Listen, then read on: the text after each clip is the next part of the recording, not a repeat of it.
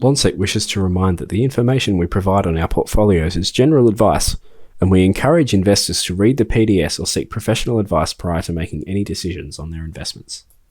Today we're joined by Lucas Porbeau from Lonsec. He's an investment guru that works at Lonsec, looking after all things about the market, an economist. So we've got a few questions to run through with Lucas about what's happening in the world, the share markets, and investment portfolios across the board. So thanks for joining us today, Lucas.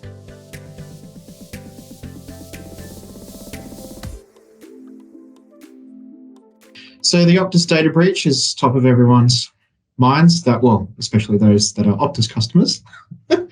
So do we, myself included, is there going to be potential impacts and flow-ons to other companies in the future, and Telstra, banking, how are they going to deal with this? What are they investing more into their capabilities, or is we going to see a removal of data being provided to these organizations? Or look, it's a I'm not an expert on cybersecurity, but just if I sort of think about the last sort of 2 years, particularly when everyone's been working from home, cybersecurity has been the incidence of cyber, cyber breaches is sort of amplified for a whole variety of reasons. So I think what I would sort of say is that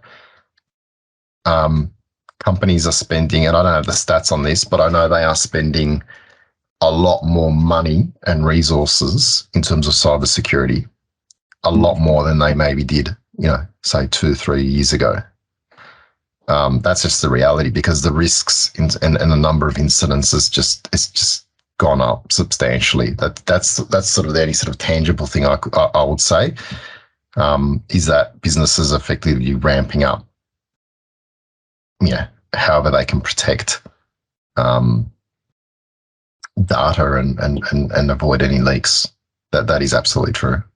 Yeah, because the risks have increased substantially since everyone's been working from home and continue to work from home. Which makes sense.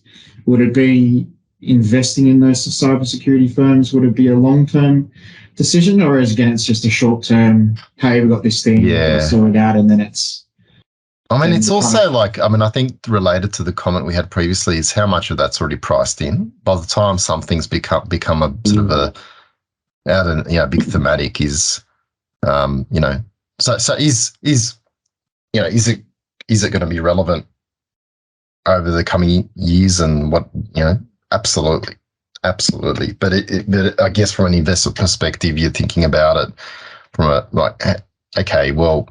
and I haven't looked at the data, but I'd imagine that by the time it's in the papers, there's a lot of people who've already looked at all those companies and stocks, and what are they trading at? That's the important thing you got to look at. But as a broader thematic, absolutely, it's not going away.